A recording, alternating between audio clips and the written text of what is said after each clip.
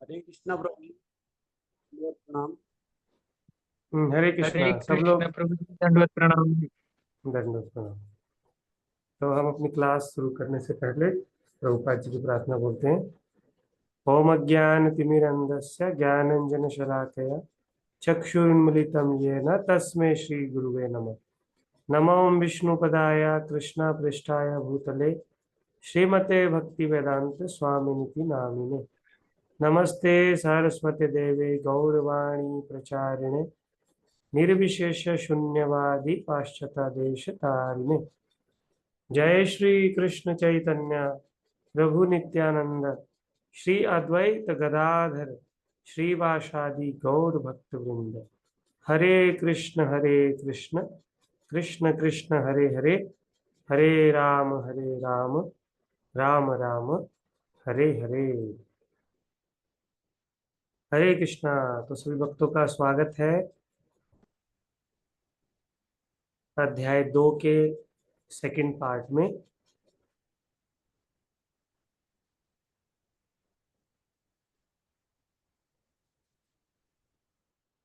तो first part हमने अपना किया था। अर्जुन का जो पहला एक्सक्यूज था युद्ध ना करने का, वो क्या था? उसकी करुणा, शरीर के प्रति करुणा। तो भगवान ने उसका उत्तर दिया था।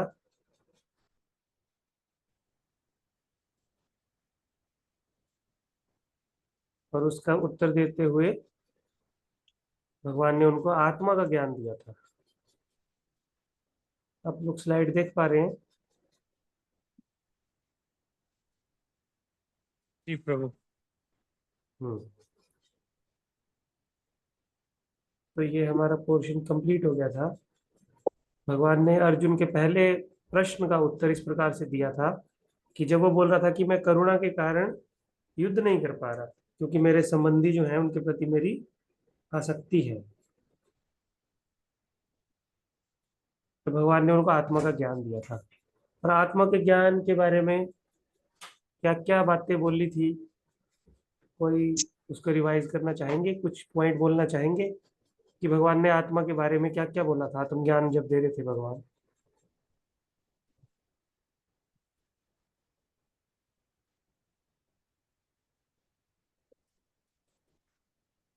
कोई भी लास्ट क्लास से आपको जो भी पॉइंट माइंड में क्लिक कर रहे हैं, कोई शिक्षा जब भगवान आत्मज्ञान दे रहे थे, कोई आत्मा की करेक्टरिस्टिक। हरे कृष्ण प्रभु।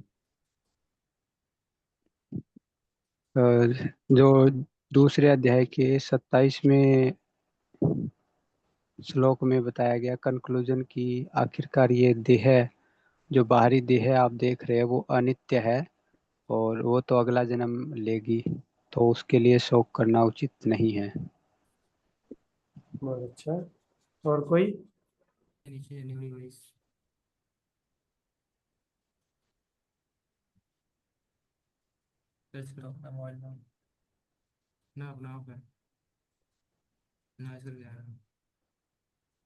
और कोई कुछ बोलना चाहेंगे?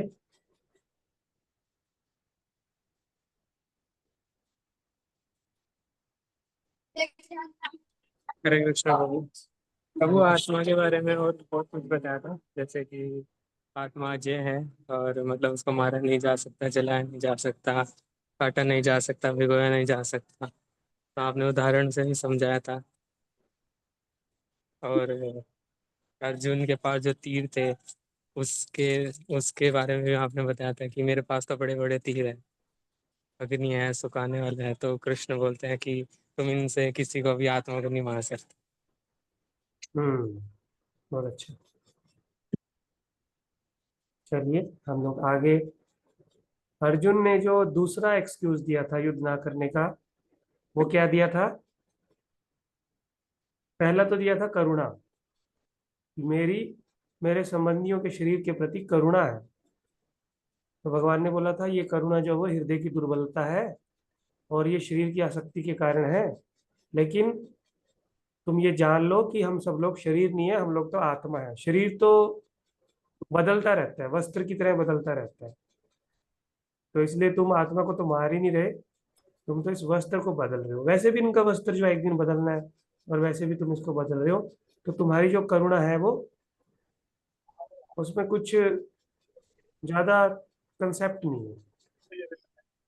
करुणा अगर तुमको करनी है तो आत्मा के प्रति करुणा करो। दूसरा क्या कारण बताया था अर्जुन ने युद्ध ना करने का?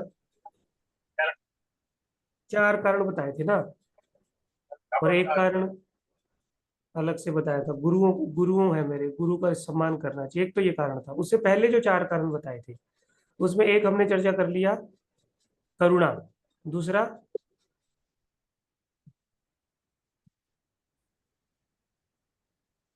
स्त्रियां दूषित हो जाएगी हम्म, कि स्त्रियां दूषित हो जाएगी अगर बड़े नहीं रहेंगे तो। ये तो 4th कारण था कि कुल धर्म नष्ट हो जाएगा, कुल की संतानें जो है उनको कोई ज्ञान देने वाला नहीं होगा, फिर उससे स्त्रियां भी दूषित हो जाएंगी। ये 4th कारण था। उससे पहले 2 कारण और बताए थे। एक सुख का सुख भय। की हानि। हाँ, वेरी गुड। सुख की हानि। अर्जुन ने बोला था कि भगवान अगर हम लोग युद्ध जीत जाते हैं, हमको कोई सुख नहीं मिलेगा, सब लोग मारे जाएंगे, तो इसलिए हम युद्ध क्यों करें।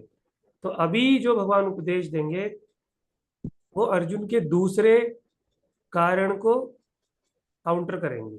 दूसरा कारण क्या है? सुख की हानि।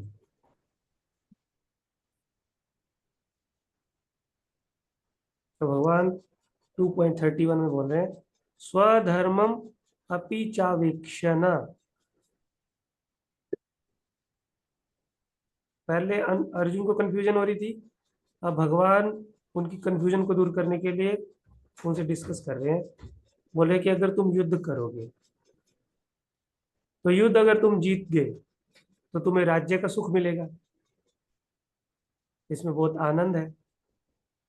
लेकिन अगर तुम युद्ध हार गए तो तुमको स्वर्ग का सुख मिलेगा, उसमें भी बहुत आनंद है। तो युद्ध जीतने में भी तुमको सुख मिलेगा, और युद्ध हारने में भी तुमको सुख मिलेगा। लेकिन तुम क्या बोल रहे हो कि युद्ध अगर हम जीत गए तो सुख कैसा है? सुख तो है ही नहीं।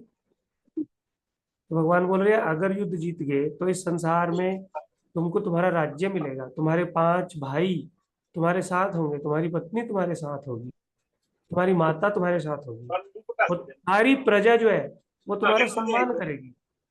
सारी प्रजा तुम्हारे संरक्षण में सुखी रहेगी। और सारी प्रजा जब तुम्हारे संरक्षण में सुखी रहेगी, जब तुम देखोगे कि तुम्हारे भाई जो है वो धर्म के बहुत बड़े राजा हैं, और उनके देख रेख में सारी प्रजा सुखी है, उस प्रजा को जब तुम सुखी देखोगे ना, तो तुमको भी सुख मिलेगा। तो जीतने से भी तुमको सुख मिलेगा।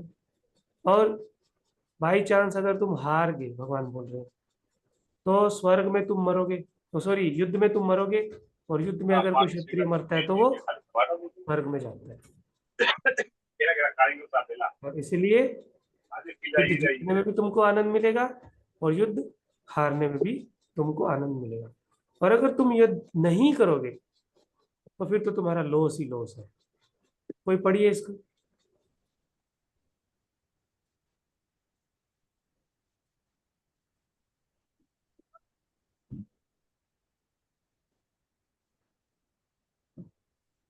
युद्ध न करने के लॉस।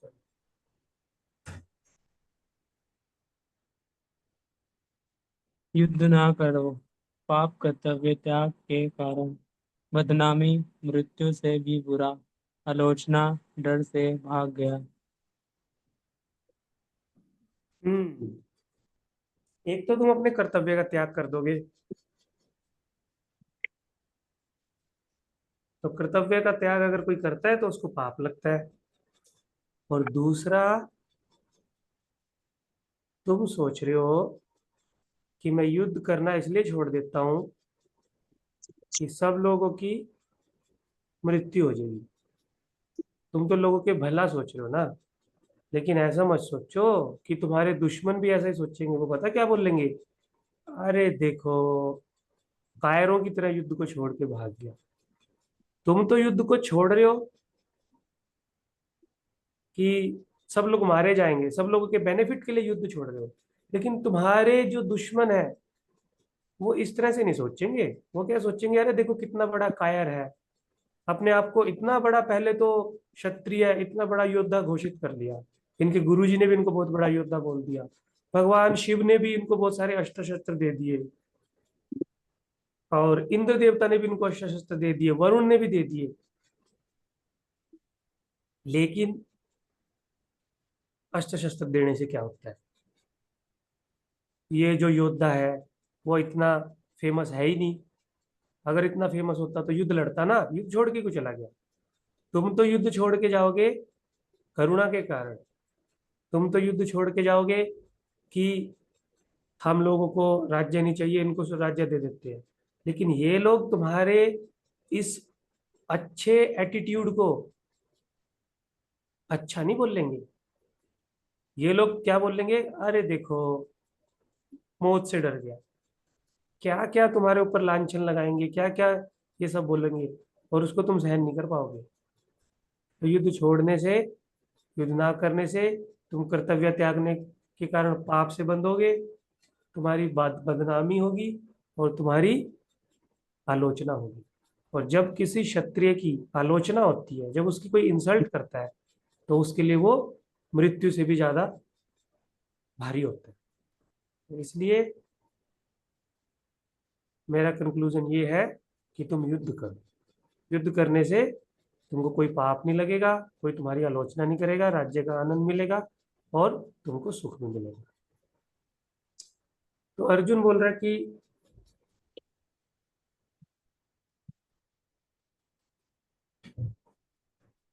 मैं युद्ध क्यों करूं जब मेरे को सुख ही नहीं चाहिए? कोई व्यक्ति अगर कर्म करता है तो किस लिए कर्म करता है? कि उस कर्म को करने से उसको कुछ फल मिलेगा, और जब फल मिलेगा तो वो उस फल को भोगेगा और सुखी होगा। इसलिए करते हैं ना संसार में कर्म।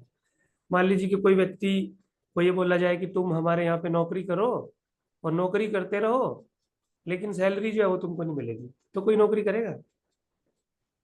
तो अर्जुन भी ये बोल रहा है कि आप बोल रहे हो सुख की कोई बात नहीं है, सुख मिले या ना मिले, लेकिन कर्म करते रहो। भगवान ऐसे कैसे मैं कर्म करूं? कर्म करने के लिए कुछ ना कुछ तो मेरे को मोटिवेशन चाहिए ना। तो भगवान बोल रहे हैं तुम अपने कर्तव्य को कर्तव्य समझ के युद्ध करो। कर्म का फल क्या होगा उसको देख के तुम युद्ध मत करो। तुम्हारा कर्तव्य है युद्ध करना, क्षत्रिय हो तुम, उसके लिए युद्ध करो। संसार में ना सब लोग सोचते हैं कि जब हमको चीज मिल जाएगी ना, कुछ कर्म हम करते हैं और कर्म करने से जो फल मिल जाएगा उस फल से हम लोग सुखी हो जाएंगे। लेकिन वास्तव में फल से कोई सुखी नहीं होता। सुख और दुख जो है ना, ये मन की एक स्थिति है। मान लीजिए एक व्यक्ति के पास सारी दुनिया का ऐश्वर्य है, लेकिन उसका मन दुखी है। तो चीजें कितनी सारी हैं उसके पास, सब कुछ है, लेकिन उसका मन दुखी है, तो वो चीजें उसको सुखी नहीं कर पाएंगी।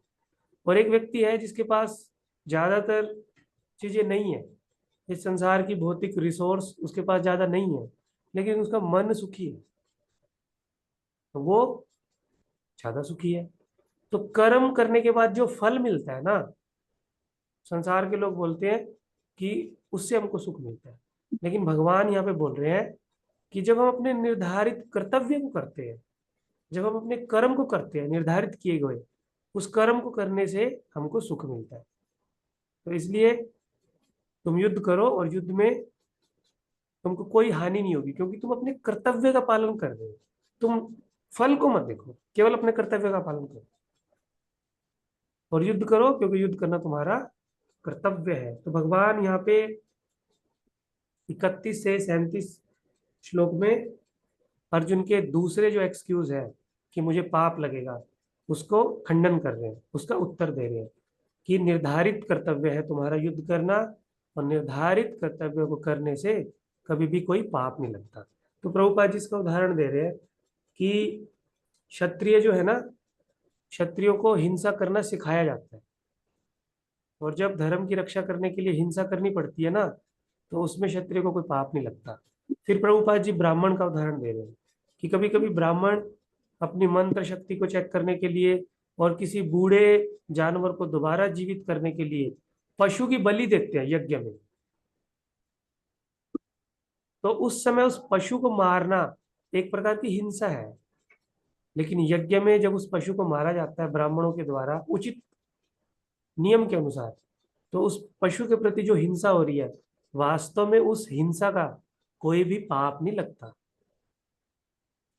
क्योंकि वो शास्त्रों के द्वारा ब्राह्मणों का निर्धारित कर्तव्य था। उस निर्धारित कर्तव्य के अनुसार वो कर्म कर रहे हैं, तो उनको उसका पाप नहीं लगता। इसलिए अर्जुन, तुम भी क्षत्रिय हो, और क्षत्रियो का काम है धर्म की रक्षा करना। इस धर्म की रक्षा करने के लिए तुमको युद्ध करना पड़ेगा, और युद्ध करना तुम्हारा निर्धारित कर्तव्य है। इसलिए निर्धारित कर्तव्य को करने से तुमको कोई भी पाप नहीं लग रहा। तो भगवान दूसरे एक्सक्यूज का पूरा खंडन कर देते हैं।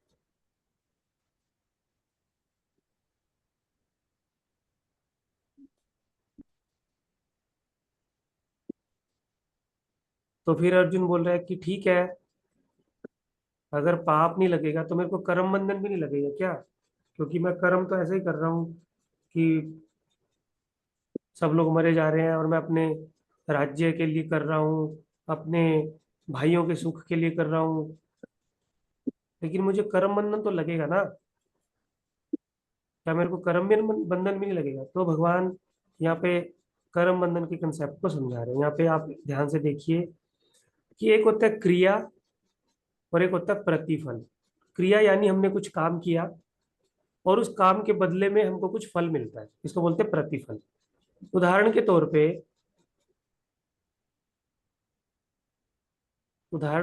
पे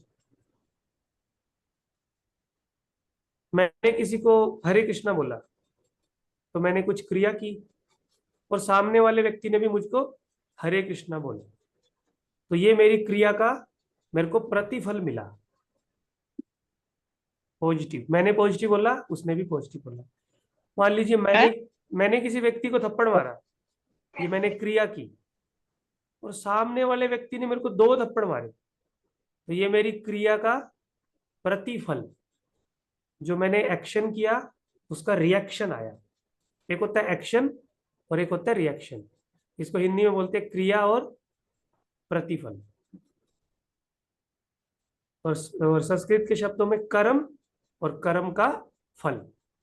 ये पॉजिटिव भी हो सकता है और नेगेटिव भी हो सकता है, या ऐसे भी बोल सकते हैं कर्म और कर्म करने से क्या परिणाम आ रहा है। तो जब हम अच्छा कर्म करते हैं तो उसका परिणाम, उसका जो फल, कर्म फल जो उसका होता है अच्छे काम का, वो हमको अच्छा मिलता है। और जब हम बुरा कर्म करते हैं तो उसका जो परिणाम होता है, उसका जो प्रतिफल होता है, वो हमको बुरा मिलता है। तो यहाँ पे एक प्रश्न है कि क्या हत्या करना सामान्य ढंग से एक डैश डैश डैश कर्म है? कौन सा कर्म है हत्या करना? आप लोग उत्तर दीजिए, इसका कोशिश कीजिए। बिल्कुल सिंपल है कि किसी जीव की हत्या करना सामान्य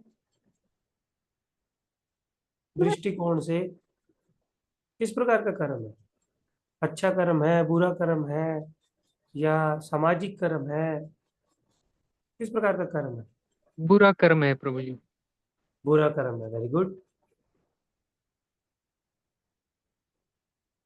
और कोई?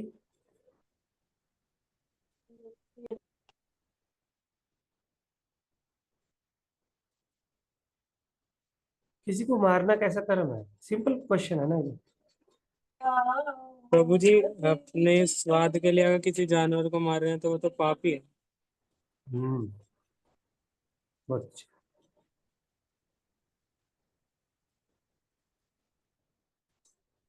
तो हत्या करना जो है ना, वो निर्भर करता है हम किस सिचुएशन में किसकी हत्या कर रहे हैं,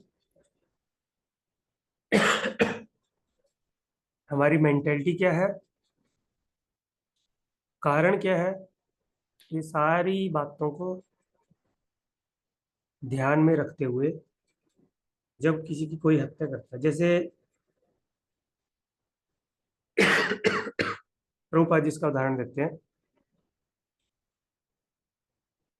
एक व्यक्ति है जिसने बहुत सारे बुरे कर्म किए हैं और राजा जो है उसको मृत्यु दंड देता है, तो इस प्रकार का मृत्यु दंड अच्छा कर्म है। क्यों? क्योंकि राजा ने मृत्यु दंड देके उसके जो बुरे कर्म थे उसका दंड उसको इसी जीवन में दे दिया, उसके जीवन को खत्म करके। अन्यथा वो अपने जीवन को अगर कंटिन्यू करता रहता तो बहुत सारे और पाप करता, जिसके कारण उसका जीवन और ज्यादा पाप से भर जाता और उसको बाद में फिर और ज्यादा कष्ट होते। तो राजा ने क्या किया, उनके कष्टों को कम कर दिया हत्या करके, उनको मृत्यु दंड देके। तो इस सेंस में हत्या करना अच्छा कर्म है। पानी है प्रभु। लेकिन अगर कोई अपनी इंद्रिय तृप्तियों के लिए, अपनी जीव के स्वाद के लिए किसी जीव को, निर्दोष जीव को मारता है, या किसी अपने और निजी सुख के लिए किसी की हत्या करता है, तो इस प्रकार की हत्या करना पाप कर्म है, बुरा कर्म है। ठीक है प्रभु जी। तो डिपेंड करता है किस सिचुएशन में है, किस कारण से हम कर रहे हैं और हम किस चेतना से कर रहे हैं। तो अभी भगवान ये बात बोलते बोलते एकदम से अपने ज्ञान के लेवल को जो है वो ऊंचा कर देते हैं और बोलते हैं सुखे दुखे समे कृत्वा लाभा लाभो जया जयो ततो युद्धाय युजस्व नैवं पापम अवाप्स्यसि। पढ़िए प्रभु जी इसका हिंदी। तुम सुख या दुख, हानि या लाभ, विजय या पराजय का विचार युद्ध के लिए लड़ो। ऐसा करने पर तुम्हें कोई पाप नहीं लगेगा।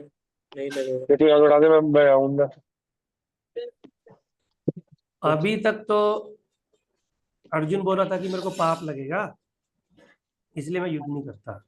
भगवान ने उनको समझाया कि नहीं नहीं नहीं नहीं, पाप नहीं लगेगा तुमको, तुम अपना निर्धारित कर्तव्य कर रहे हो और कर्तव्य को करने से कोई पाप नहीं मिलता, कोई पाप नहीं लगता। लेकिन ये बोलते बोलते भगवान ने अपने ज्ञान के स्तर को एकदम ऊंचा ले गए। ऐसा क्यों कर रहे हैं भगवान? कभी अर्जुन को नॉर्मल चीजों का ज्ञान देते हैं भगवान, कभी अर्जुन को एकदम हाई शुद्ध भक्ति का ज्ञान देते हैं, कभी एकदम कॉमन व्यक्ति जो है उसकी तरह ज्ञान देते हैं, कभी आत्मा का ज्ञान देते हैं। ऐसा क्यों करते हैं भगवान? एक तरफ तो भगवान बोल रहे अर्जुन को कि तुमको कोई पाप नहीं लगेगा, तुमको सुख मिलेगा, दुख नहीं मिलेगा, इसलिए युद्ध करो। और दूसरी तरफ बोलते हैं तुम सुख दुख से ऊपर उठ जाओ, तुम लाभ और हानि से ऊपर उठ जाओ। ऐसा क्यों कर रहे हैं भगवान? अर्जुन को कंफ्यूज कर रहे हैं या भगवान का इसके पीछे कुछ कारण है? कभी भगवान किसी डिग्री का ज्ञान देते हैं, कभी किसी डिग्री का, कभी किसी डिग्री का, अपनी डिग्री को चेंज करते रहते हैं भगवान। समझ आया ना? यहाँ पे भगवान ने अपनी डिग्री चेंज की। इससे जस्ट पहले ही भगवान बोल रहे हैं कि युद्ध करो तुमको सुख मिलेगा, और अभी बोल रहे हैं सुख दुख से ऊपर उठो। तुमने क्या लेना है सुख दुख से, लाभ हानि से, इससे ऊपर उठो। तो भगवान अपने डिग्री को चेंज कर रहे हैं ना, अपने नॉलेज की डिग्री को, लेवल को चेंज कर रहे हैं। तो मेरा प्रश्न ये है कि भगवान ऐसा क्यों कर रहे हैं? थोड़ा सा एनालाइज कीजिए, माइंड से सोचिए थोड़ा। पार्थ प्रभु, जी प्रभु जी। क्यों कर रहे हैं भगवान ऐसा? कभी भगवान बोलते हैं युद्ध करो सुख के लिए, कभी बोलते हैं युद्ध करो आत्मा के लिए, कभी बोलते हैं युद्ध करो सुख दुख से ऊपर उठ के। प्रभु जी शायद वो ना धीरे धीरे नॉलेज का लेवल बढ़ाते जा रहे हैं ताकि अर्जुन जी वो रेडी हो जाए, फिर धीरे धीरे उनको वो वाला ज्ञान दे ज्यादा ऊपर है जो। जैसे ये बीच में दिया चेक करने के लिए कि क्या अर्जुन जी कैसे रिएक्ट करते हैं। Very good, very good. और कोई? अच्छा, क्या भगवत गीता केवल अर्जुन के लिए ही है? नहीं प्रभु जी, हम सबके लिए पूरा ज्ञान आगे के लिए था। हाँ, तो भगवान अर्जुन को तो केवल निमित्त बना रहे हैं। अर्जुन को निमित्त बना के भगवान भगवत गीता का ज्ञान हर तरह के व्यक्ति के लिए देना चाहते हैं कि जिसकी जैसी चेतना होगी ना वो उस चेतना से उसी ज्ञान को स्वीकार करके अपने आप को इम्प्रूव करेगा लाइफ में। अब मान लीजिए कि किसी व्यक्ति की चेतना शुद्ध भक्ति के लेवल को समझने की नहीं है, तो भगवान उससे नीचे का बोलते हैं कि युद्ध करो, युद्ध करने से तुम्हारी कीर्ति फैलेगी, तुम्हारा यश फैलेगा। किसी किसी को अपने नाम के पीछे बहुत आसक्ति होती है ना, कि मेरा नाम खराब ना हो, तो वो व्यक्ति जब इस चीज को सुनेगा तो उसको लगता है भाई मेरे को कर्तव्य करना चाहिए अपना, अगर मैं अपना कर्तव्य नहीं करूंगा तो मेरा नाम खराब हो जाएगा। तो भगवान के वो इस कंसेप्ट को पकड़ के कर्तव्य करेगा। लेकिन जिसको लगेगा नाम नूम से मेरे को क्या लेना है, तो भगवान उसको बोल रहे नहीं नहीं, तुम्हारा कर्तव्य है। तो बोलेगा अच्छा मेरा कर्तव्य है, मेरे को अपना कर्तव्य करना चाहिए, तो वो ठीक है, मेरे को नाम से कुछ लेना देना है लेकिन मेरे कर्तव्य फिर भी मैं कर रहा हूँ। लेकिन कोई बोलेगा मेरा कर्तव्य तो भगवान की सेवा करना है, मुझे क्या ले लेना है संसार के कर्तव्य से, तो वो कौन सा श्लोक सुनेगा, समय दुखे समय कृत सुखे दुखे कृत्वा, कि सुख दुख से ऊपर उठ के काम करो। तो वो बोलेगा मेरे को संसार से सुख दुख की कोई आशा ही नहीं है, तो मैं काम क्यों करूं। लेकिन जब वो ये बड़ा श्लोक सुनेगा कि सुख दुख से ऊपर उठ के भगवान के लिए कर्म करो, तो फिर वो अपने कर्तव्य को फिर करेगा। तो कहने का अर्थ ये है कि ये जो भगवत गीता का ज्ञान है ना, भगवान अर्जुन को माध्यम बना के संसार के अलग अलग चेतना के लेवल पे जो लोग हैं उन सबको ज्ञान देना चाह रहे हैं, उन सबको उनके एक लेवल से दूसरे अपर लेवल में ले जाना चाह रहे हैं। इसलिए भगवान अर्जुन के साथ वैरायटी का ज्ञान देते हैं, मीडियम, अपर, लोअर, हायर, सारा, ताकि संसार के लोग जिस चेतना में हैं उस चेतना के अनुसार वो उसको स्वीकार कर ले। पढ़िए प्रभु जी इसका हिंदी एक बार। तुम सुख या दुख, हानि या लाभ, विजय या पराजय का विचार किए बिना युद्ध के लिए युद्ध लड़ो, ऐसा करने पर तुम्हें कोई पाप नहीं लगेगा। तो अभी अर्जुन पूछता है, जो पाप वाला प्रश्न था उसका उत्तर यहाँ पे आ गया।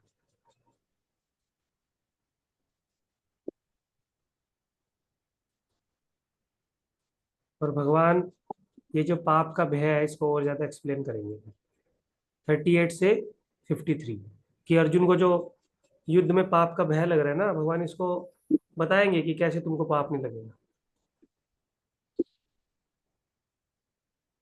तो संसार के व्यक्ति कोई कोई सोचते हैं कि केवल हमको अपना कर्म करना चाहिए, हमको अपनी ड्यूटी करनी चाहिए और वही सबसे अच्छा है। कोई कोई व्यक्ति बोलता है कि नहीं नहीं नहीं, हमको अपनी ड्यूटी नहीं करनी चाहिए, हमको ज्ञान को अर्जित करना चाहिए।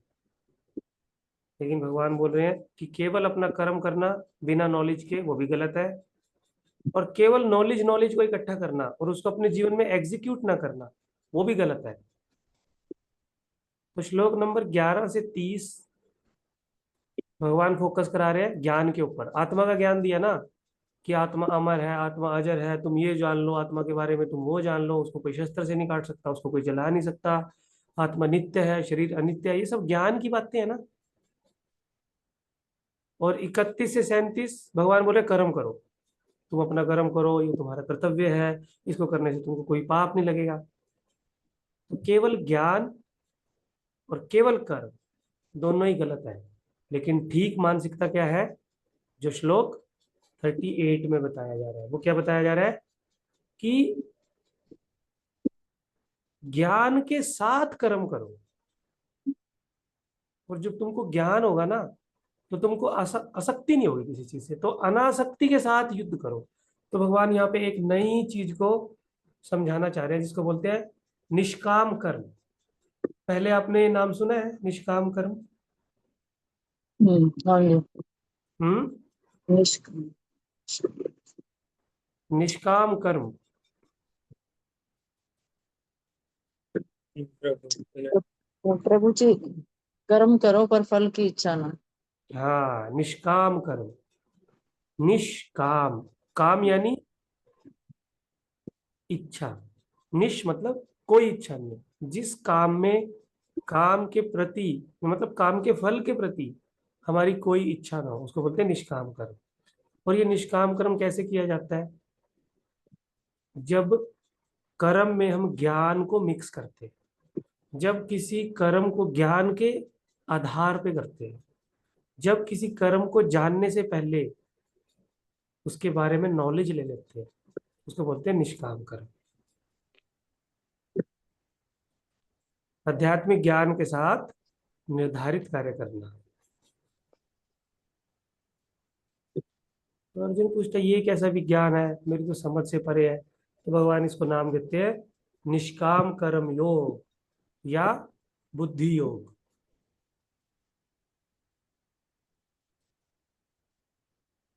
और प्रभुपाद जी इसको कभी कभी भक्ति योग से भी दिखाते हैं, बताते हैं।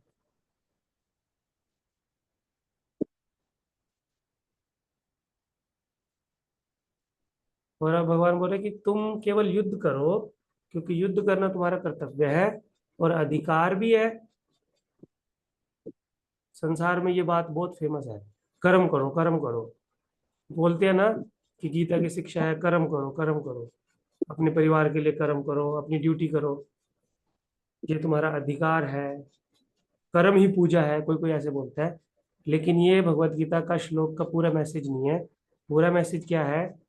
कर्म करो, लेकिन ये याद रखो कि जो रिजल्ट है ना, उस पर तुम्हारा कोई अधिकार नहीं है। इस लाइन को संसार में स्किप कर दिया जाता है,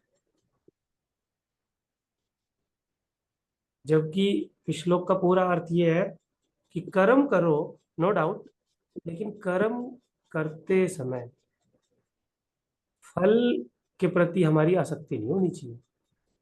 अब ये तो बहुत मुश्किल काम है। जैसे मैंने पहले बताया कि कोई बोले तुम हमारे यहाँ पे ड्यूटी करो, लेकिन सैलरी तुमको नहीं मिलेगी। तुम दिन रात स्टडी करो, लेकिन मार्क्स तुमको जितने हम देने होंगे देंगे, तुमको मार्क्स मिले ना मिले। कोई बोलेगा कि तुम डॉक्टर बनो, लेकिन तुमको जॉब नहीं मिलेगी डॉक्टर की। ऐसे कोई करेगा? ऐसे तो पागल हो गए। अर्जुन बोल रहे थे तो कोई पागल व्यक्ति करता होगा। भगवान बोले नहीं नहीं नहीं।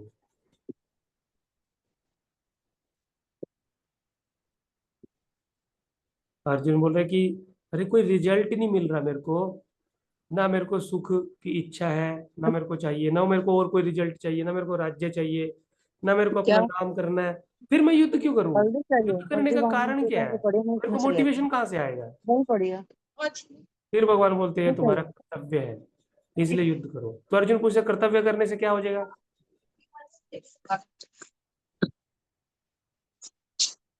प्रेरणा कहाँ से आएगी? कर्तव्य तो ठीक है, लेकिन किसी कर्म को करने के लिए प्रेरणा तो चाहिए। प्रेरणा कहाँ से आएगी? कहाँ से आएगी प्रेरणा?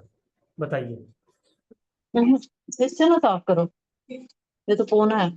ये जो टॉपिक है प्रभु जी, थोड़ा सा हम जीवन में इसको प्रैक्टिकली करते नहीं है ना, इसलिए थोड़ा सा कॉम्प्लेक्स टॉपिक है ये। लेकिन हम लोग इसको जब डिस्कशन करेंगे तो आप लोगों को क्लियर होगा।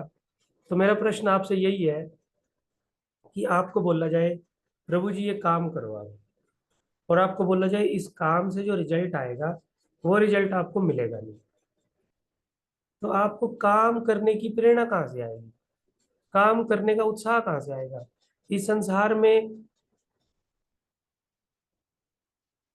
काम करने का उत्साह कैसे आता है? जब हम फल को टारगेट करते हैं, रिजल्ट को अपने माइंड में रखते हैं, तब हमको किसी काम करने की प्रेरणा आती है।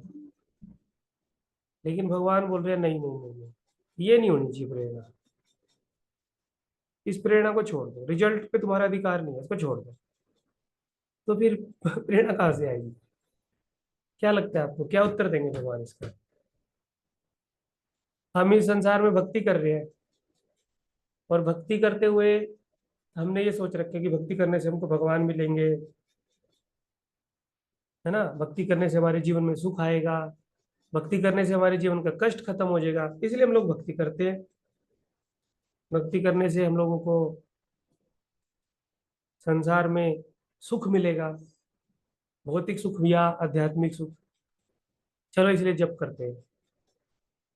हमको अच्छा लग रहा है, चलो इसलिए जप करते हैं। लेकिन भगवान बोल रहे हैं ठीक है आज तो अच्छा लग रहा है, लेकिन कल अगर अच्छा नहीं लगेगा तो फिर कैसे करोगे? अगर तुम्हारी प्रेरणा का स्रोत केवल अच्छा लगना ही है, तो हो सकता है कि कल को तुमको भगवान की सेवा अच्छी न लगे, या फिर भगवान की सेवा छोड़ दोगे।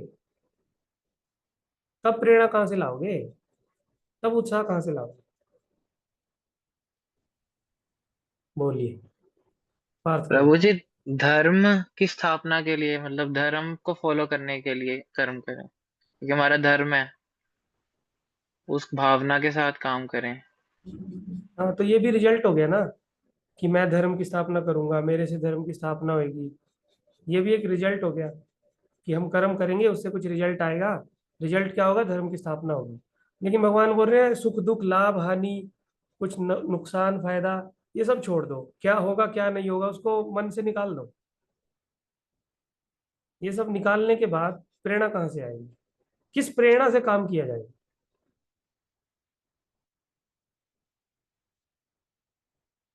देखो, आप लोगों को इसका उत्तर देना कितना मुश्किल होगा, क्योंकि हम लोग बिना किसी मोटिव के, बिना किसी रिजल्ट के किसी काम को कभी सोचा ही नहीं आज तक।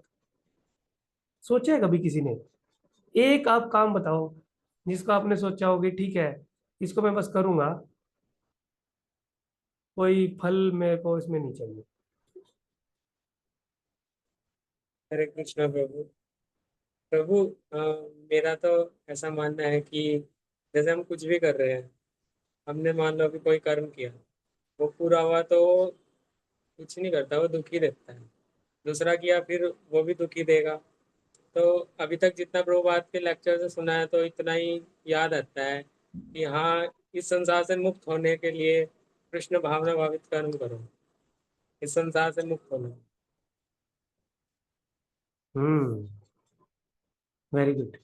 और कोई?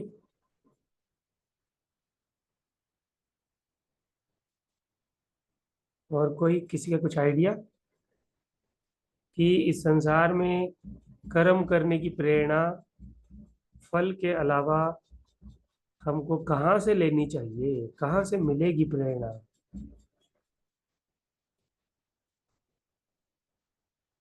चलिए देखते हैं भगवान क्या बोल रहे हैं। ध्यान से इसको देखिए, इससे आपको आइडिया लगेगा कि जब आपके जीवन में किसी काम को करने से कुछ फल नहीं आ रहा होगा, लेकिन फिर भी आपको बोला जाएगा उस कर्म को करना है, तो आप इस प्रेरणा को याद रखना। और वो प्रेरणा क्या है? इस कैद से मुक्ति, इस भौतिक संसार की कैद से मुक्ति। जब हम भगवत गीता का इंट्रोडक्शन बता रहे थे, तो हमने बताया था ना कि ये संसार जो है वो एक जेल के समान है, और इस जेल से मुक्त होने के लिए हमको कर्म करना चाहिए। इस चीज को अपने कर्म का प्रेरणा बनाना चाहिए। कर्म को करने के लिए जो प्रेरणा है ना, वो ये होनी चाहिए कि हम जब कर्म करेंगे, इस तरह से कर्म करें, निष्काम कर्म करें कि इस संसार से हम लोग मुक्ति हो जाए। जैसे पक्षी जो है, वो जब पिंजरे में बंद है तो बहुत कंजेस्टेड है, कहीं नहीं जा सकते वो। लेकिन जब पक्षी जो आकाश में उड़ जाते हैं तो वो मुक्त हो जाते हैं। तो हम इस संसार में बंधे हुए हैं, तो हमको कर्म की प्रेरणा जो लेनी है वो किससे लेनी है? कि जब हम अपने कर्म को करेंगे फल की आसक्ति से परे। और किस आसक्ति से करेंगे? कि हमको इस संसार से मुक्त हो। अब कोई बोल सकता है प्रभु जी मुक्ति भी तो एक रिजल्ट है, तो हम लोग रिजल्ट को सोच रहे हैं। लेकिन भगवान बोल रहे हैं कि ये जो रिजल्ट है ना, ये इस संसार का रिजल्ट नहीं है। ये आत्मा को इस संसार से मुक्त पूरा कराने वाला रिजल्ट है, इसलिए ये भौतिक रिजल्ट नहीं है। तो मुक्ति को हमने अपना प्रेरणा बनाना चाहिए, उसके आधार पे हमको कर्म करना चाहिए। तो भगवान पूरा सीक्वेंस बताएंगे ये, कि जब कोई कर्तव्यनिष्ठ होके, कर्तव्य बुद्धि से अनासक्त कर्म करता है, तो उसके आत्मज्ञान में वृद्धि होती है, उसका आत्म साक्षात्कार होता है उसको। और फिर धीरे धीरे आत्मा का ज्ञान जब होता है तो उसको ईश्वर का ज्ञान होता है, भगवान का ज्ञान होता है। और फिर वो भगवान के प्रति आत्मसमर्पण करता है, भगवान के प्रति भक्ति अपनी प्रारंभ करता है, और फिर इस भौतिक दुनिया से धीरे धीरे मुक्त हो जाता है। संसार में रहते हुए भी इस संसार का उसके ऊपर कोई प्रभाव नहीं पड़ता। प्रभुपाद जी इसका उदाहरण देते हैं कमल के फूल का, कि जैसे कमल का फूल है तो कीचड़ में, लेकिन कीचड़ उसको स्पर्श नहीं कर पाता। तो जब व्यक्ति भगवान को आत्मसमर्पण करता है ना, तो वह इस भौतिक संसार में रहता है, लेकिन इस भौतिक संसार के ताप, इस भौतिक संसार की बुराइयां उसको छू भी नहीं पाती। तो आपने देखा होगा, भगवान के जो शुद्ध भक्त हैं इसी संसार में रहते हैं, लेकिन इस संसार के लोग बुरी तरह से काम, क्रोध, लोभ, दूसरों के प्रति ईर्ष्या, दूसरों के प्रति घृणा, इसमें फंसे रहते हैं। लेकिन भगवान के शुद्ध भक्त इस भौतिक संसार की जो बुराइयां हैं उससे मुक्त होते हैं। रहते ही संसार में ही है, लेकिन संसार की बुराई उनको छू भी नहीं पाती। जैसे कमल के पत्ते पे केवल बारिश का पानी जो है वो थोड़ा सा टिकता है, लेकिन जो कीचड़ में खड़ा है वो कीचड़ जो है वो कमल को छू भी नहीं पाता। तो इसको बोलते हैं भौतिक संसार से मुक्त होना। और जब हम भौतिक संसार से मुक्त रहते हैं और भगवान का भक्ति करते हैं, तो फिर हम अंत में भगवान के धाम वैकुंठ लोक जा सकते हैं। ये पूरा का पूरा भगवान सीक्वेंस बता रहे हैं। और ये शुरू कहाँ से होता है? जब हम अपने कर्तव्य को करते हैं अनासक्त भाव से। इस भौतिक संसार के लोग तो पहले पॉइंट में फंसे रहते हैं, इसलिए उनको आत्म साक्षात्कार होता ही नहीं पूरे जीवन में। अपने कर्तव्य को करने में ही उनको पूरा जीवन, कर्तव्यनिष्ठ बनने में ही उनको पूरा जीवन निकल जाता है। कर्तव्य करना उनके लिए भारी हो जाता है। और फिर कर्तव्य को अनासक्त भाव से, ये तो संसार के लोगों के समझ से परे है। लेकिन जब हम शास्त्रों को सुनते हैं, भगवान के भक्तों का संग करते हैं, तो हम डायरेक्ट सीधा आत्मज्ञान, ईश्वर के ज्ञान, और कोई कोई तो आत्मसमर्पण में पहुंच जाता है सीधा। और आत्मसमर्पण में पहुंच के जब वो प्रैक्टिस करता है, तो इस संसार के दूषण से मुक्त हो जाता है। इस संसार की चिंता, संसार की परेशानी उसको छू भी नहीं पाती, मुक्त रह जाता है।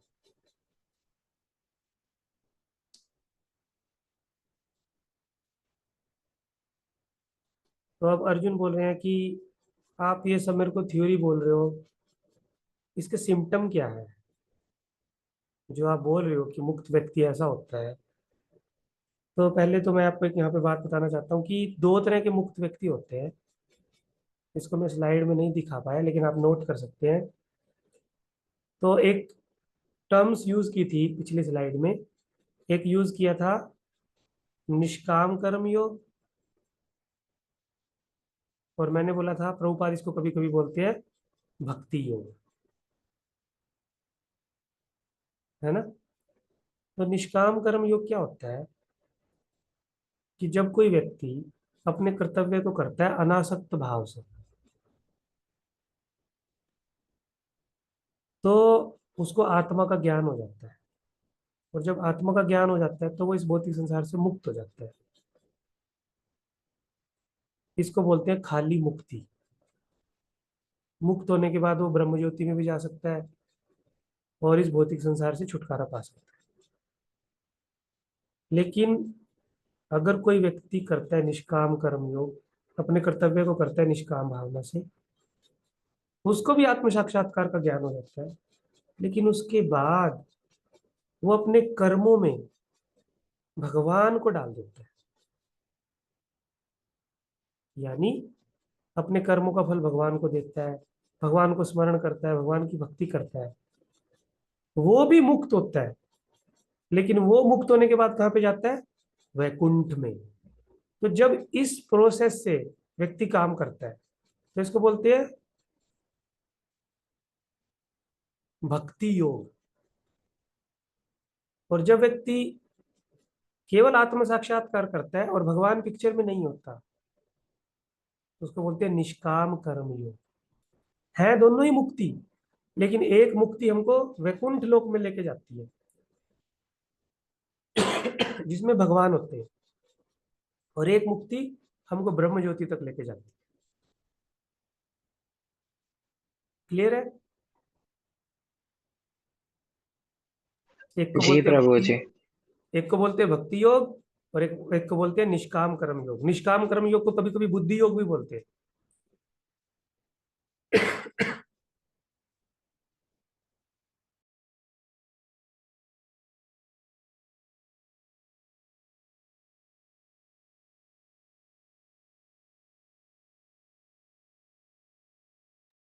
प्रभु जी माइक म्यूट हो गया।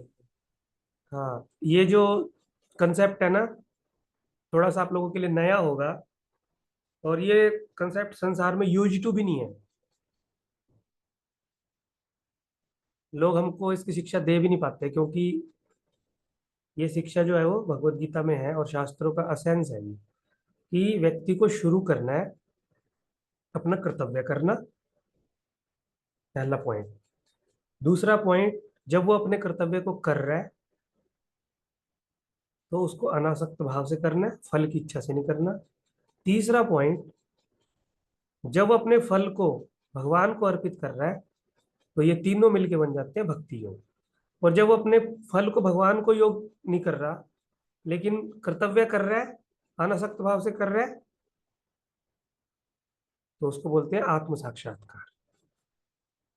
संसार में सब लोग बोलते हैं मैं तो अपना कर्तव्य कर रहा हूँ, मैं तो अपना कर्म कर रहा हूँ, लेकिन फल से आ सकता है वो, तो उसको निष्काम कर्म नहीं बोलेंगे, वो कभी मुक्त नहीं होगा, उसको कर्म का बंधन पड़ेगा हमेशा, क्योंकि वो कर्म कर रहा है कर्म के फल के प्रति आसक्त होके, इसलिए वो कर्म बंधन से कभी मुक्ति नहीं होगा। सब लोग बोलते हैं ना स्वर्ग में जाना है, स्वर्ग में जाना है, स्वर्ग में जाना है, मुक्त होना है इस संसार से। ये स्वर्ग में जाना इतना इजी नहीं है। स्वर्ग में जाने के लिए हमको कर्म करना होगा और उसके फल को देना होगा यज्ञ रूप में देवताओं को, उसके फल को देना होगा भगवान विष्णु को, तब जाके कोई मुक्त होता है।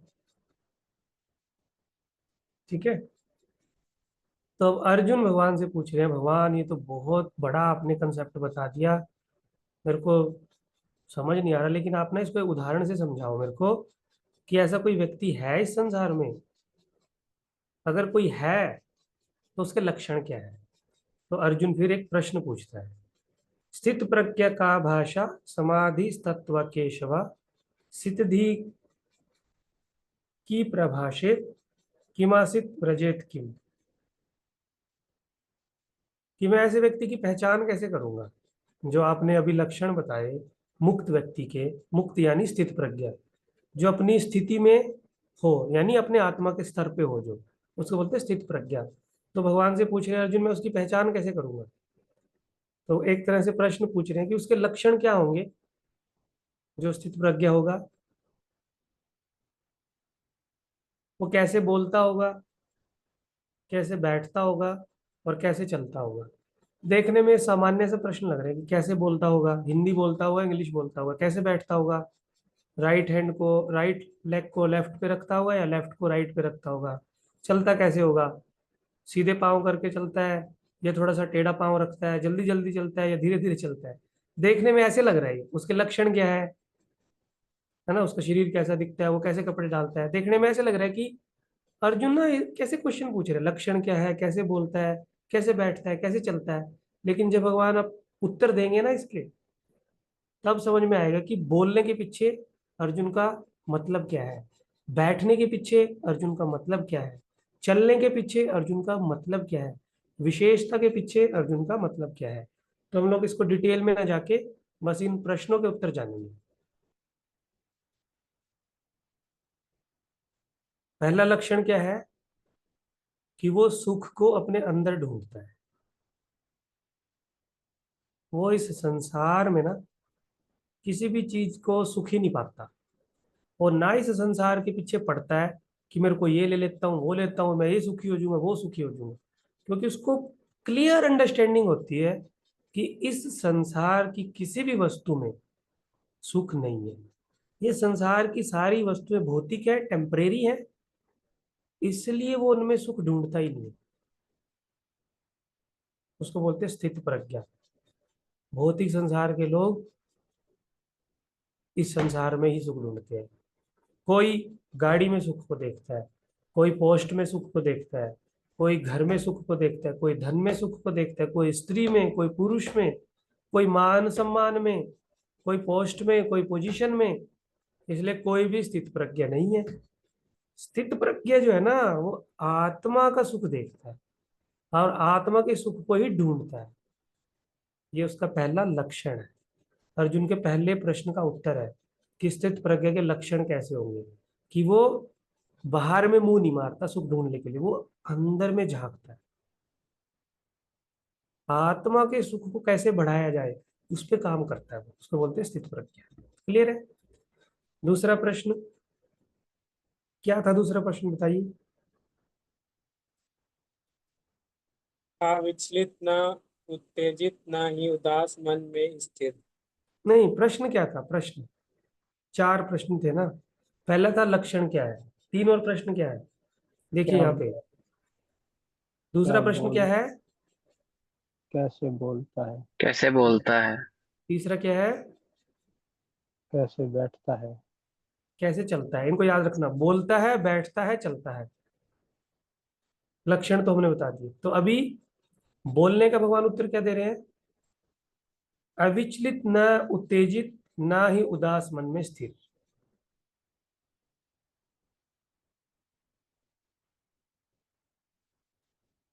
बोलने का अर्थ ये है कि जब उसको बोलने का अवसर मिलता है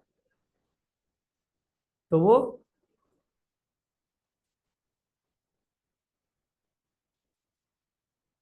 एक्साइटेड नहीं होता। मान लीजिए स्थित प्रज्ञ के साथ कोई बातचीत कर रहा है और किसी ने उसका अपमान कर दिया, तो अपमानित होने के बाद भी वो अपनी वॉइस को बढ़ाता नहीं है। उसके मन में बिल्कुल भी उद्वेग नहीं आता, उसके मन में बिल्कुल भी एंजाइटी नहीं आती, बिल्कुल भी वो मन से उदास नहीं होता। जिस स्तर में उसकी चेतना होती है, अगर कोई व्यक्ति उसका अपमान भी करता है फिर भी उसकी चेतना उसी स्तर में बनी रहती है। अंदर से भी वो डिस्टर्ब नहीं होता, बाहर से तो होता ही नहीं, अंदर से भी डिस्टर्ब नहीं होता। जैसे मैं आपको इसका एक उदाहरण बताता हूँ। मान लीजिए दो लोगों के बीच में कुछ कन्वर्सेशन चल रही है और एक व्यक्ति कन्वर्सेशन में दूसरे व्यक्ति को डाउन कर रहा है, उसकी इंसल्ट कर रहा है, उसके ऊपर एलिगेशन लगा रहा है। तो जिसके ऊपर एलिगेशन लगा जा रहा है, जो व्यक्ति डाउन हो रहा है, तो उसको अंदर से ना गुस्सा आने लग जाता है। अनकंफर्टेबल एक शब्द है ना इंग्लिश में, वो अनकंफर्टेबल हो जाता है। लेकिन जो स्थित प्रज्ञा होता है ना, वो अनकंफर्टेबल नहीं होता, किसी भी स्थिति में अनकंफर्टेबल नहीं होता। इसलिए वो नॉर्मल ही बात करता है। चाहे कोई उससे उत्तेजित होकर बात कर रहा है फिर भी वो नॉर्मल बात करता है। चाहे कोई उससे अपने लाभ के लिए कोई बात कर रहा है फिर भी वो नॉर्मल बात कर रहा है। चाहे कोई उससे चीटिंग करते हुए बात कर रहा है फिर भी वो नॉर्मल बात करता है। चाहे कोई उसको बहुत ज्यादा अप्रिशिएट कर रहा है फिर भी वो नॉर्मल ही बात करता है। इसको बोलते हैं स्थित प्रज्ञा। लेकिन संसार के लोग, जो सामने वाला जैसे बोलता है इधर वाली पार्टी भी ऐसे ही बोलती है, इसलिए वो स्थित प्रज्ञा नहीं है।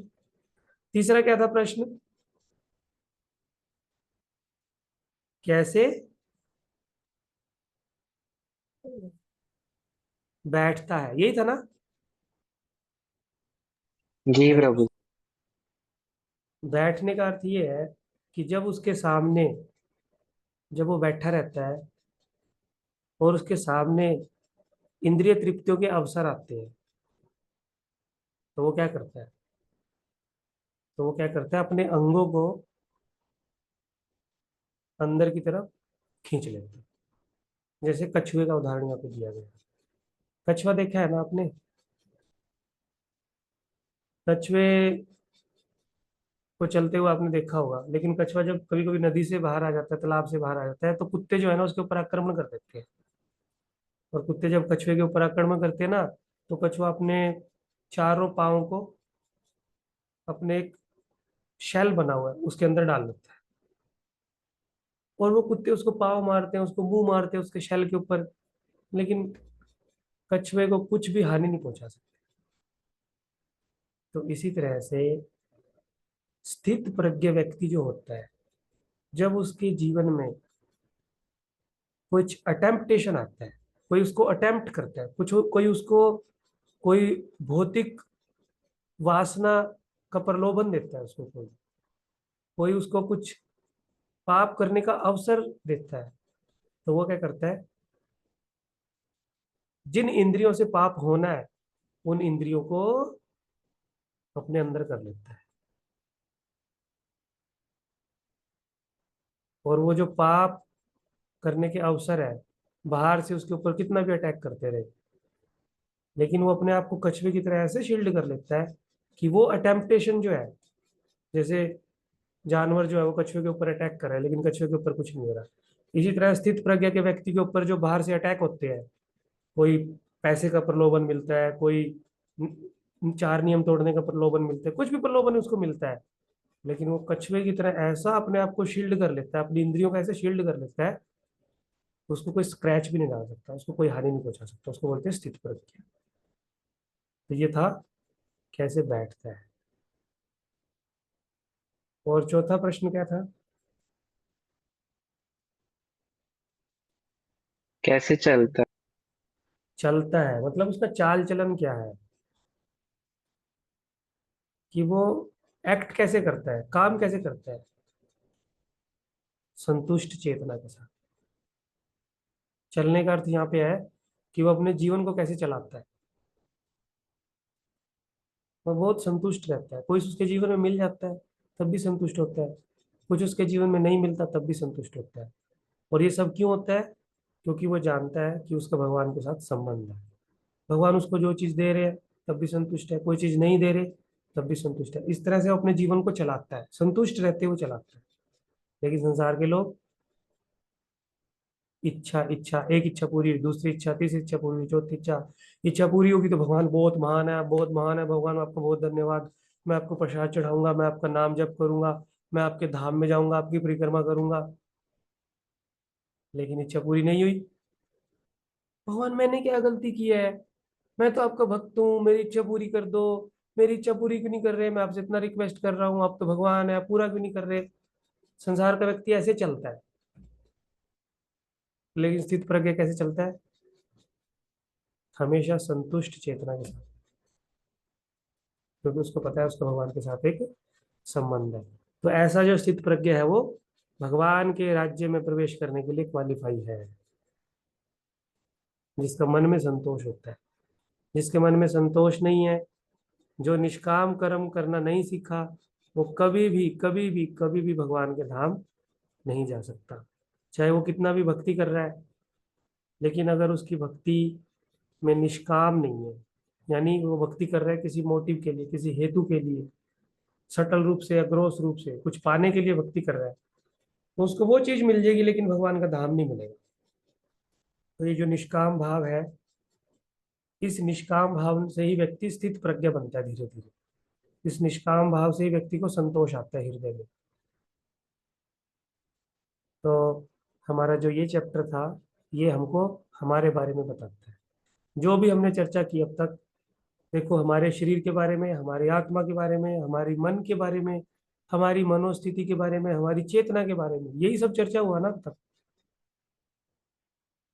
तो अगले 3, 4 और 5 चैप्टर में भी और जो है वो कर्म की गहराइयों को और समझा जाएगा। तो सेकंड चैप्टर से हमको ये शिक्षा मिलती है, आप लोग इसको रीड कीजिए एक बार। एक करुणा एक हो, करके। और करुणा किसी हो का अगर सांस सुनो। किसी का इसके ऊपर कोई व्यू है तो वो भी दे सकते हैं कि ये पॉइंट आपको गीता के किस इंसिडेंट से समझ में आए। सबसे पहले पढ़िए मुझे। करुणा और धैर्य के साथ सुनो। हाँ, इसको मैं एक बार हिंट देता हूँ आपको, बताता हूँ, मतलब इसको एक्सप्लेन करता हूँ ताकि आपको बाकी चीजें करने में हेल्प हो। तो सबसे पहले हमको सेकंड चैप्टर से शिक्षा मिलती है, करुणा और धैर्य से सुनो। सबसे पहले सेकंड चैप्टर में कौन बोल रहे थे? अर्जुन। क्या बोल रहे थे? मैं युद्ध नहीं करूंगा। अलग अलग कारण बता रहे थे, और भगवान बहुत धैर्य से उनको सुन रहे थे। फिर उसके बाद जब भगवान ने बोलना शुरू किया, अर्जुन भी बड़े धैर्य से भगवान की बात को सुन रहा था। तो इससे हमको ये शिक्षा मिलती है, जब हम किसी को बहुत धैर्य से सुनते हैं तो दूसरा व्यक्ति भी हमारे दिए हुए आइडिया को बहुत धैर्य से सुनता है। संसार में हम लोग सेकंड चैप्टर से एक ये शिक्षा ले सकते हैं। दूसरी, आपकी पहचान क्या है? इसको कोई एक्सप्लेन करेगा? बहुत इजी है। श्लोक संख्या 11 से 30 में बताया था भगवान। आत्मा का ज्ञान दिया था जो भगवान ने। हाँ, आत्मा का ज्ञान दिया, वेरी गुड। तीसरा, आनंद कैसे मिलेगा, सुख कैसे मिलेगा? फल को प्राप्त करके। भगवान की भक्ति करके। हम्म। भगवान की भक्ति करके। नहीं, इस चैप्टर में क्या बताया गया? भगवान बोले ना कि सुख मिलेगा अपने कर्तव्य को करने से। कर्तव्यनिष्ठ होकर अपने कर्म को करने से हमको सुख मिलेगा। कर्तव्य के पीछे जो फल है, फल हमको प्राप्त हो जाए, उससे सुख नहीं मिलेगा। मैंने बताया था मन की स्थिति से हमको सुख मिलेगा। केवल फल के पीछे अगर हम भागते रहेंगे उससे सुख नहीं मिलेगा। मन हमारा सुखी होगा तब हमको आनंद मिलेगा, सुख मिलेगा। और मन कैसे सुखी होता है? जब कोई व्यक्ति अपने निर्धारित कर्म को करता है, कर्तव्य को करता है। और क्या करे, क्यों करे, कैसे करना चाहिए? निष्काम कर्म करें मुक्ति के हाँ। लिए। हाँ, और जिस भी कर्म को करना है उसको जान के करना है। मतलब उसके पीछे लॉजिक क्या है, उसे मिलेगा क्या, क्यों कर रहे हैं, फल कैसे आएगा, उसको जानना है। यानी कर्म को करना है और साथ साथ आध्यात्मिक ज्ञान के साथ करना है। आध्यात्मिक ज्ञान यहाँ पे ये नहीं है कि किसी भी व्यक्ति ने एक आइडिया बता दिया कर्म करने का और एक ज्ञान दे दिया किसी कर्म के पीछे, अपनी फिलोसफी कुछ बता दी कर्म के पीछे। वो नहीं, शास्त्रों से प्रमाणित होना चाहिए। कर्म के पीछे जो हम ज्ञान लगा रहे हैं ना, वो ज्ञान शास्त्रों से प्रमाणित होना चाहिए, तब ठीक है। और फिर अपने उदाहरण से हमको प्रेरणा मिलती है। जब कोई अपने जीवन में कुछ करके दिखाता है ना, और जब वो दूसरों को फिर बोलता है, तो सामने वाले व्यक्ति पे बहुत जल्दी उस बात का असर होता है। तो भगवान ने ये सारे कार्य जो है वो अपने जीवन में करके दिखाए अर्जुन के सामने। भगवान को कोई आवश्यकता नहीं है किसी काम को करने के लिए, लेकिन भगवान फिर भी अपने कर्तव्य पूर्ण कार्य करते हैं। भगवान को कोई जरूरी नहीं है कि सबकी बात को धैर्य से सुने। भगवान बोले मैं समझ गया तुम्हारे अंदर क्या चल रहा है, मुझे पता है, तुम मेरी बात सुनो बस, तुम्हें कुछ बोलने की आवश्यकता नहीं है। लेकिन भगवान ने ऐसा नहीं किया। भगवान सुनते हैं सबकी, अर्जुन की भी सुनते हैं। और वृंदावन के गोप गोपियां जो भी उनको बोलते हैं, भगवान बहुत धैर्य से उसको सुनते हैं। उद्धव भगवान से रिक्वेस्ट करते हैं, उनकी भी बात को सुनते हैं। तो जब हम अपने जीवन में किसी चीज को उतारते हैं और फिर दूसरों को शिक्षा देते हैं, तो उससे अच्छी प्रेरणा मिलती है। यानी अच्छा उदाहरण जो है वो प्रेरित करता है।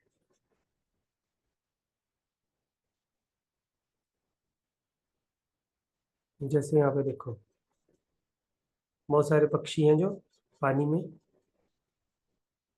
वो फॉलो करते हैं लीडर को, अपनी माता को।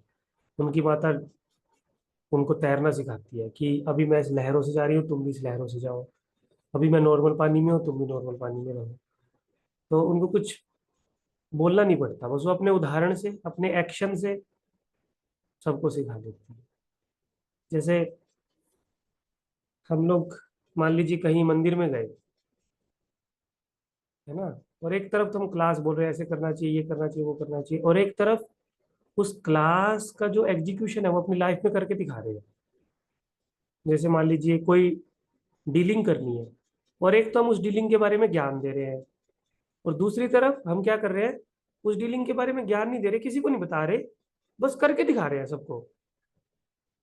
तो सब लोग क्या करेंगे, जैसे हम कर रहे हैं वैसे ही करना शुरू कर देंगे। तो एक्ट करने से लोग ज्यादा सीखते हैं। जैसे मान लीजिए कीर्तन में सब लोग नाच रहे हैं और कुछ लोग बैठे हैं, तो दो चार लोग जब नाचना शुरू करते हैं ना, एक दूसरे की बाजू पकड़ते हैं, तो अपने आप से वो सब लोग कीर्तन में नाचना शुरू कर देते हैं। लेकिन दूसरी तरफ कोई कीर्तन में नाच नहीं रहा, और एक व्यक्ति बोला नाचो नाचो, वो खुद भी नहीं नाच रहा, दूसरों को बोला नाचो नाचो, तो थोड़ा सा उनको हेजिटेशन होगा, उठ नहीं पाएंगे वो। लेकिन कोई व्यक्ति खुद से उठ के नाचने लगता है कीर्तन में, तो दूसरों को थोड़ा सा हाथ लगाता है तो वो भी तुरंत खड़े हो जाते हैं। तो उसने अपने उदाहरण से दिखाया कि कीर्तन है, चलो हम लोग नाचते हैं, दूसरे लोग भी नाचने लगे। एक उदाहरण से मैं समझा रहा हूँ, ऐसा नहीं है कि केवल नाचने में ही हमको फॉलो करना है, नाचने में ही ये उदाहरण सेट हो जाता है। और भी बहुत सारे लोग जो है वो एक दूसरे को देख देख के सीखते हैं। संसार में तो यही चल रहा है आजकल, जो हम लोग सोशल मीडिया पे एक दूसरे को फॉलो करते हैं। वो फॉलो करने का मतलब क्या है कि जैसे तुम हो हम लोग भी वैसा ही बनना चाहते हैं, जैसे तुम बोलते हो हम भी ऐसे बोलना चाहते हैं, जैसे तुम ड्रेस डालते हो हम भी ऐसे ड्रेस डालना चाहते हैं, जैसे तुम पाप कर रहे हो तुमको देख के हम भी वैसा पाप करना चाहते हैं। तो इसलिए सब लोग अपने आप को दिखाना चाहते हैं, सोशल मीडिया पे कुछ करके दिखाना चाहते हैं, रील बना के सब अपने आप को दिखाना चाहते हैं। और उनको देख देख के सब लोग प्रैक्टिस करते हैं कि नहीं? तो लेकिन आध्यात्मिक जीवन में भी ऐसा ही है, हम लोगों को भक्त के लक्षण अपने आप विकसित करके उनको अपने जीवन में व्यवहारिक रूप से उतारना है, और उतार के उसके अकॉर्डिंग एक्ट करना है, तो दूसरे लोग अपने आप सीख जाएंगे उससे। ठीक है प्रभु जी, आज का टॉपिक थोड़ा सा कॉम्प्लेक्स था, क्योंकि भगवत गीता के दूसरे अध्याय में भगवान जो है वो समरी बता रहे हैं पूरी भगवत गीता की। और समरी में हमने देखा कि स्थित प्रज्ञ एक शब्द उठ के आया और एक निष्काम कर्म। तो अभी 3, 4 और 5 जो चैप्टर है वो निष्काम कर्म को और ज्यादा डिटेल से एक्सप्लेन करेंगे कि कर्म योग होता क्या है वास्तव में। तो आज की क्लास से किसी का कुछ प्रश्न है तो आप लोग पूछ सकते हैं। हरे कृष्ण प्रभु। प्रभु मेरा प्रश्न था, जैसे आपने वो मारने वाला बताया था कि अगर हम किसी को किसी की, जैसे ब्राह्मण का उदाहरण दिया था कि अगर कोई ब्राह्मण है या तो कहता है वो मारता है बलि देता है तो वो पाप कर्म नहीं है। तो ऐसे ही अगर हम देखते हैं कि अभी बॉर्डर पे सेना खड़ी है, वो सामने वाले को अपने देश को बचाने के लिए वो सामने वाले को मार देती है। उधर वो भी यही सोचता है कि अरे मैं अपनी देश को बचाने के लिए इसको मार दूंगा। एक दूसरे को मार रहे हैं, तो कौन पुण्य कर रहा है कौन पाप कर रहा है, तो ये कैसे समझेंगे प्रभु?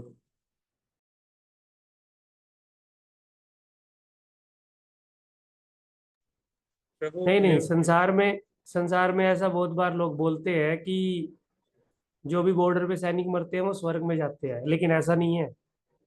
स्वर्ग में जाना इतना चीप नहीं है, इतना सस्ता नहीं है। डिपेंड करता है कि वो किस चेतना से युद्ध लड़ रहे हैं, और उनको जो लीडर गाइड कर रहा है क्या वो भगवान से जुड़ा हुआ है, क्या वो युद्ध लड़वा रहा है और उसमें पिक्चर में भगवान है, तब वो स्वर्ग में जाएंगे। पिक्चर में अगर भगवान ही नहीं है और वो केवल अपनी सैलरी के लिए वहां पे लड़ रहा है, अपनी पत्नी और बच्चों को सुखी करने के लिए लड़ रहा है, और पिक्चर में भगवान नहीं है, तो वो स्वर्ग में नहीं जाएंगे। और वो उनके लिए वो नॉर्मल कर्म है, अपनी ड्यूटी कर रहे हैं, और ड्यूटी करने में कोई भगवान नहीं है तो कर्म का बंधन पड़ेगा बस उनको। वो किसी को मार रहे हैं, अगले जीवन में उनको कोई मारेगा, क्योंकि भगवान नहीं है पिक्चर में। प्रभु ऐसे तो फिर वो जन्म मृत्यु जरा व्याधि के चक्कर में फंसे हुए हैं। हाँ, तो अगर किसी के जीवन में भगवान है ही नहीं तो वो तो फंसे ही रहेंगे। वो तो केवल सोच रहे कि हम लोगों को युद्ध करना है अपनी फैमिली को मेंटेन करने के लिए, तो कर्म का बंधन है। अब वो अपनी फैमिली को मेंटेन कर रहे हैं, मेंटेन करते करते मर गए, अगले जीवन में उनकी फैमिली उनको मेंटेन करेगी, वो भी ऐसे करते करते मर जाएंगे। ये कर्म का बंधन तो ऐसे चलता रहता है ना। कर्म के बंधन से निकलने के लिए तो हमको अपने जीवन में अपने कर्म में भगवान को इंट्रोड्यूस कराना पड़ता है ना, तभी तो वो निष्काम कर्म बनता है। प्रभु और दूसरा प्रश्न ये था कि जैसे आपने बताया कि कैद से मुक्ति, तो मतलब आपने बताया था कि अपना कर्तव्य कर्म करना है, पर ऐसा होता है कि हम अपना कर्तव्य कर्म तो करते हैं, बस सामने वाले व्यक्ति फिर उसमें कोई भी हो, माता पिता हो भाई बहन हो कोई भी हो, किसी को कितना भी संतुष्ट करो कितना भी सुखी करने का प्रयास करो, पर अभी तक तो देखा नहीं कि कोई हाँ दुखी है। कितना भी मतलब ऐसा लेक्चर में भी सुना था मैंने गुरु महाराज से कि पूरा जीवन व्यक्ति गधे की तरह परिश्रम करता है और फिर भी मतलब घर वाले संतुष्ट नहीं होते। कभी तो क्या होंगे ही ये नहीं, कभी नहीं मतलब होंगे। फिर पता क्यों नहीं होंगे? मतलब इसका भी उत्तर यही है, क्योंकि उनके जीवन में भगवान है ही नहीं। देखो, भगवान ने जो ये संबंध बनाए हैं ना, ये पता कैसे संबंध बनाए हैं? ये पर्सनल और इंडिविजुअल संबंध नहीं है। ये पता कैसे संबंध है? मान लीजिए एक सेंट्रल पॉइंट है, एक इधर रिलेटिव है कोई और एक इधर रिलेटिव है, ठीक है? तो ये जो सारे रिलेटिव है वो जुड़े हुए किससे हुए? भगवान से, एक्चुअल में अगर देखें। और ये भी भगवान से जुड़ा हुआ है, ये भी भगवान से जुड़ा है, वो भी। तो इसलिए इनका आपस में संबंध है। लेकिन अभी संसार के लोगों ने पता क्या कर दिया? जिससे सब लोग जुड़े हैं उसी को बाहर निकाल दिया पिक्चर से, और एक इस पोल में, एक इस पोल में, है ना? लेकिन उनके बीच में कोई कनेक्शन ही नहीं है, क्योंकि कनेक्शन किसकी वजह से है? भगवान की वजह से। और भगवान को ही पिक्चर से निकाल दिया। तो इस वजह से जो उनके बीच में कनेक्शन है वो क्या है? केवल शरीर के स्तर पे कनेक्शन है। तुम मुझको सुख दो, मैं तुमको सुख दूंगा। तुम्हारे आध्यात्मिक जीवन में क्या हो रहा है मुझे उससे कोई मतलब नहीं है, मेरे आध्यात्मिक जीवन में क्या हो रहा है उससे उनको मतलब नहीं है। क्योंकि आध्यात्मिक जीवन का कंसेप्ट तो शुरू होता है ना जब बीच में भगवान होंगे। और जब भगवान में बीच में भगवान होंगे ना, तो सारी चीज भगवान के थ्रू होके उनके पास जाएगी। जैसे आप सेवा कर रहे हो, मान लीजिए आपने उदाहरण दिया माता पिता की सेवा कर रहे हो। तो जब आप माता पिता की सेवा करोगे और वो सेवा होके जाएगी भगवान के ज्ञान के थ्रू, तो उनको जो सेवा मिलेगी भगवान के ज्ञान के साथ उनको मिलेगी, जिससे उस सेवा से उनको भी सेटिस्फेक्शन होगा। लेकिन अभी क्या है कि आप अपनी तरफ से कुछ भेज रहे हो उधर से, और बीच में से कनेक्शन है नहीं, और उनके पास जो चीज जा रही है वो मटेरियल जा रही है। और इस संसार में कोई भी मटेरियल चीज से तो सुखी हो ही नहीं सकता। सुखी होगा कि मटेरियल हमें अपने संबंधों को मेंटेन करना है। मटेरियल हमें अपने माता पिता, अपने पत्नी, अपने पति, अपने बच्चों को हेल्प करना है, उनको मेंटेन करना है, उनका केयर करना है, उनके लिए मेहनत करनी है। लेकिन अगर हम खाली मेहनत कर रहे हैं और उनको जो दे रहे हैं उसमें भगवान को मिक्स करके नहीं दे रहे, या उसमें पिक्चर में भगवान नहीं है, तो आप कितना भी किसको देते रहो वो कभी भी संतुष्ट नहीं होगा। क्योंकि आत्मा का जो संतोष है ना वो भगवान से मिलता है। आत्मा को संतोष मिलता है भगवान से जब कनेक्शन होता है। और कनेक्शन वाली चीज कोई किसी को दे ही नहीं रहा, वो तो उसके शरीर को पाल रहा है बस। और शरीर तो एक दिन बूढ़ा ही हो जाना है। शरीर की रिक्वायरमेंट तो एक खत्म होनी ही नहीं है। तो जी जो चीज खत्म ही नहीं होनी है हम उसको देते जा रहे हैं, देते जा रहे हैं, जिसका कोई एंड ही नहीं है। उससे वो कैसे सेटिस्फाई होगा? सेटिस्फेक्शन होता है आत्मा के आनंद से। और आत्मा का आनंद मिलता है जब कोई किसी को हेल्प करता है और भगवान के नजरिए से उसको सहायता करता है, भगवान को पिक्चर में रखता है। लेकिन कोई एक तरफ से किसी को करे जा रहा है, करे जा रहा है, और दूसरे को कोई भगवान का ज्ञान ही नहीं है, भगवान के बारे में किसी को कोई इंटरेस्ट ही नहीं है, उससे भी नहीं होगा। ये दोनों तरफ से होना चाहिए।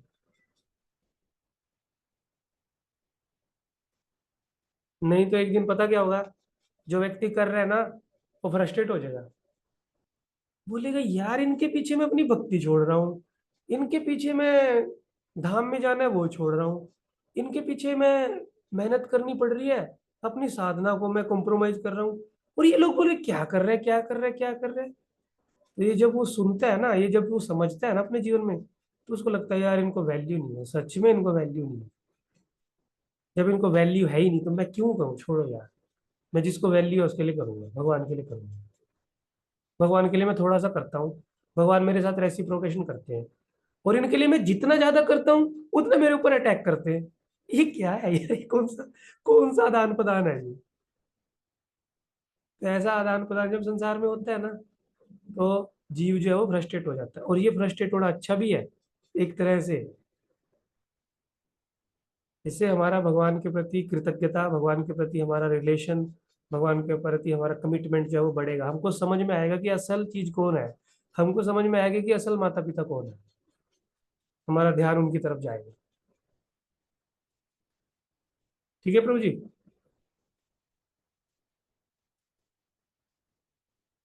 हाँ नरेश प्रभु।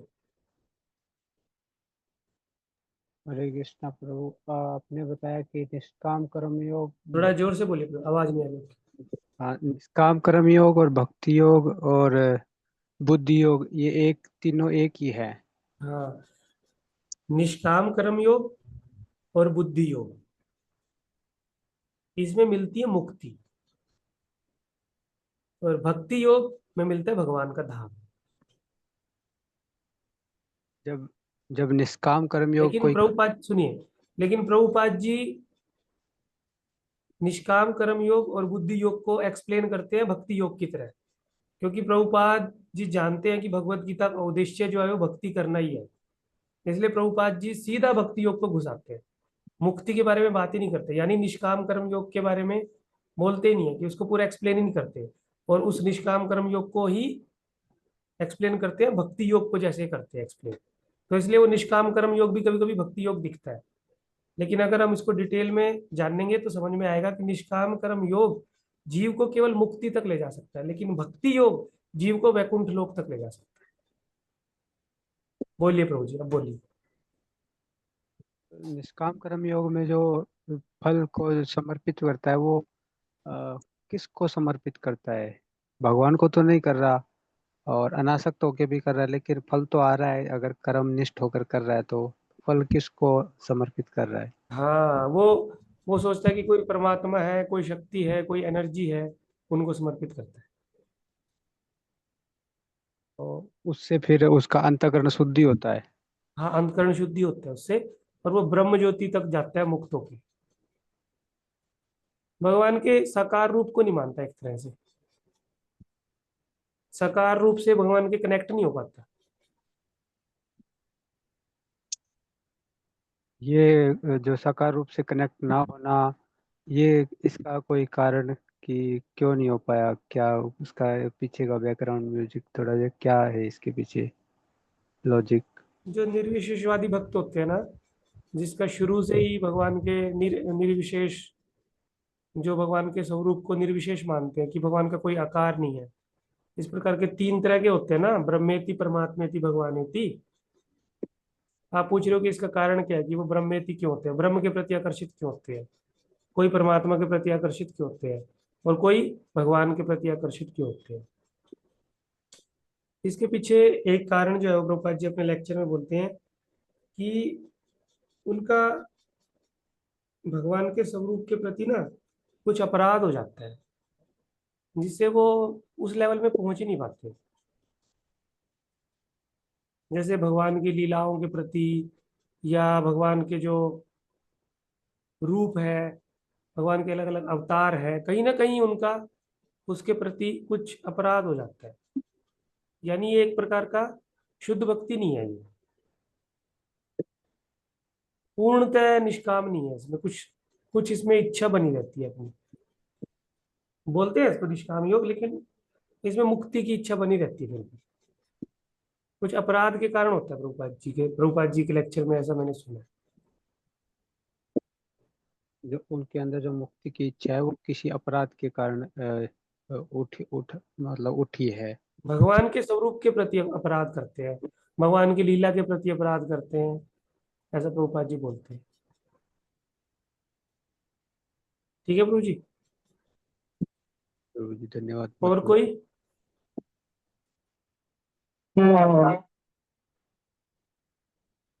और किसी के कुछ प्रश्न है?